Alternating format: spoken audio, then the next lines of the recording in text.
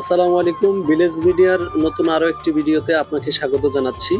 আশা করছি যে যেখান থেকে দেখছেন আল্লাহর রহমতে ভালো আছেন। আলহামদুলিল্লাহ, আমিও খুব আলহামদুলিল্লাহ ভালো আছি।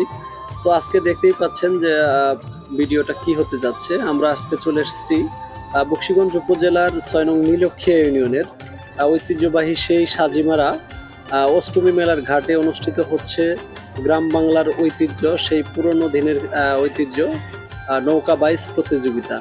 দেখতেছেন যে আজকে একদম মেঘলা আকাশ, আর একদিকে রোদ, আর নদীর এপার ওপার অসংখ্য হাজার হাজার দর্শকের উপস্থিতিতে আজকে অনুষ্ঠিত হচ্ছে সাজিমারা অষ্টমী মেলার ঘাটে ঐতিহ্যবাহী পুরনো দিনের সেই নৌকা বাইচ প্রতিযোগিতা।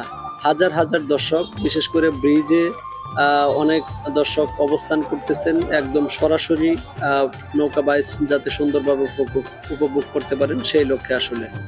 তো আসলে দেখতেই পাচ্ছেন। আর আর আরেকটা বিষয় হচ্ছে, আজকে মূলত এখানে যে আমরা এসেছি খেলা উপভোগ করতে বা ভিডিও করার জন্য এসেছি এরকমও না। আমাদের আসলে ৫ জন গ্রাম পুলিশ সদস্যের এখানে ডিউটি চলতেছে চেয়ারম্যান মহোদয়ের নির্দেশ ক্রমে। এইটা হচ্ছে মূলত একটা ব্রিজ, আর এই ব্রিজের সঙ্গে যুক্ত হচ্ছে আমাদের ইসলামপুর এবং হচ্ছে নীলক্ষিয়ার একটা যোগাযোগ, যেটা মেইন রুট। আর এইখানে আসলে খেলা উপভোগ করতে এসে যারা টোটো বা ব্যাটারি চালিত গাড়ি নিয়ে আসে, এই গাড়িগুলা ব্রিজের উপর রাখাতে এটা দীর্ঘ যানজটের সৃষ্টি হয়, যার ফলে আজকে আমাদেরকে এখানে দায়িত্ব পালন করতে হচ্ছে।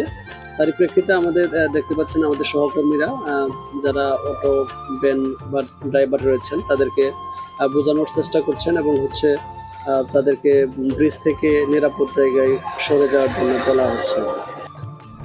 ভিডিও চলাকালীন হঠাৎ এক সময় জোরে সোরে একটা বৃষ্টি আমাদেরকে হানা দেয়, আর দর্শকরা এলোমেলো ছোটাছুটি করতে থাকে, আর যার ফলে দীর্ঘ কিছু সময় দর্শকরা ব্রিজে অবস্থান করতে ছিল না, আর এই ফাঁকে আরেকটি খেলা অনুষ্ঠিত হয়ে যায়।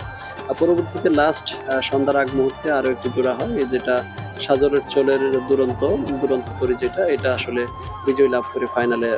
তো ফাইনালের আপডেট খুব শীঘ্রই জানানো হবে কমিটির মাধ্যমে। তো আপডেট যদি আমরা জানতে পারি অবশ্যই আপনাদেরকে জানানোর চেষ্টা করব। সবাই ভালো থাকবেন, সুস্থ থাকবেন।